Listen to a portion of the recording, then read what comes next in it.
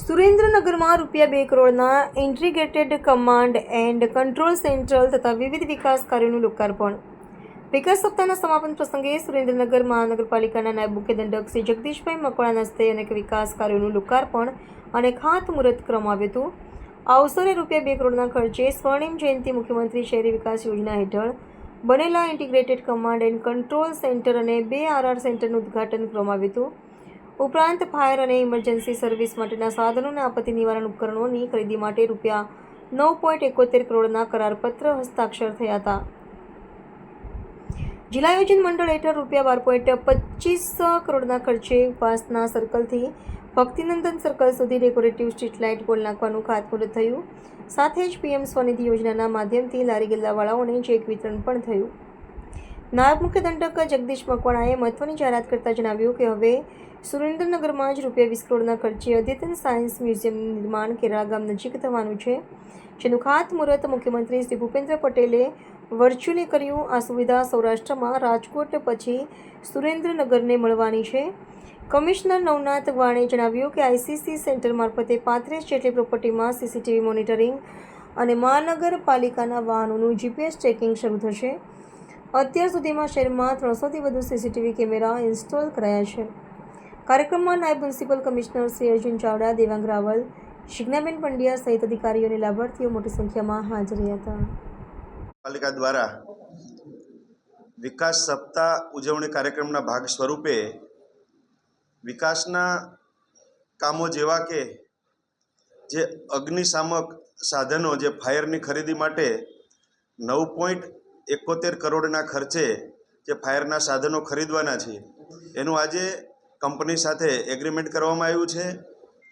સાથે સાથે જે ઉપાસના સર્કલથી ભક્તિનંદન સર્કલ સુધી જે સરસ મજાની ડેકોરેટિવ લાઇટો પોલ સાથે જે નાખવાની છે, એનું 12.5 લાખના ખર્ચે જે તૈયાર થશે એનું પણ ખાતમુહૂર્ત થયું છે. અને અહીંયા મહાનગરપાલિકા ખાતે ઇન્ટિગ્રેટેડ કમાન્ડ એન્ડ કંટ્રોલ સેન્ટરનું જે લોકાર્પણ થયું છે. આ કંટ્રોલ સેન્ટરના કારણે જે સુરેન્દ્રનગર મહાનગરપાલિકાની જેટલી મિલકતો છે, આ મિલકતોની જાળવણી ત્યાં CCTV કેમેરાના માધ્યમથી ત્યાં કોણ આવે છે, કોણ જાય છે, કોઈ નુકસાન ન કરે એ માટે અહીંથી જ અહીંયા મહાનગરપાલિકામાં એને જોઈ શકાય. સાથે સાથે જે મહાનગરપાલિકાની 8 જેટલી સિટી બસો આ શહેરમાં મુસાફરો માટે જે આવન જાવન માટે એની જે વ્યવસ્થા થઈ છે, આ બસો માટે પણ GPSથી અને બસનું ટ્રેકિંગ થઈ શકે, કયા રસ્તા પર કેટલા સમયે ક્યાંય બસ છે, એ માટે એનું પણ આ સેન્ટરની અંદર સમાવેશ થયો છે.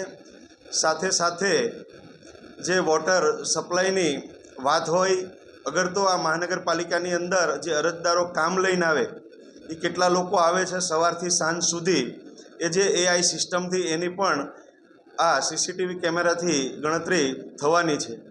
સાથે સાથે આજે રાજ્યના માનનીય મુખ્યમંત્રી શ્રી ભૂપેન્દ્રભાઈ પટેલ સાહેબે એમના શહેરી વિકાસ વિભાગ દ્વારા મહાત્મા મંદિર ગાંધીનગર ખાતેથી આ ગુજરાતની અંદર અબજો રૂપિયાના કામોનું ખાતમુહૂર્ત અને લોકાર્પણ વર્ચ્યુઅલના માધ્યમથી થયું છે.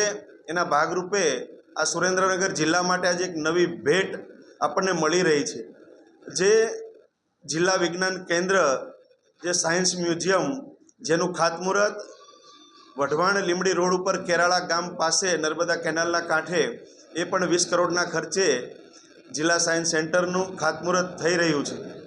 પત્રકાર મિત્રોના માધ્યમથી આપ સૌ જનતા જનાર્દનને હું અપીલ કરું છું કે માનનીય નરેન્દ્રભાઈ મોદી સાહેબનું જે સ્વપ્ન છે કે વિકસિત ભારત 2047માં આ દેશ સંપૂર્ણ રીતે વિકસિત રાષ્ટ્ર બને, અને એ માટે આત્મનિર્ભર ભારત થકી આપણે વિકસિત રાષ્ટ્ર બનાવીએ, એના માટે આપણે સૌ સ્વદેશી અપનાવીએ.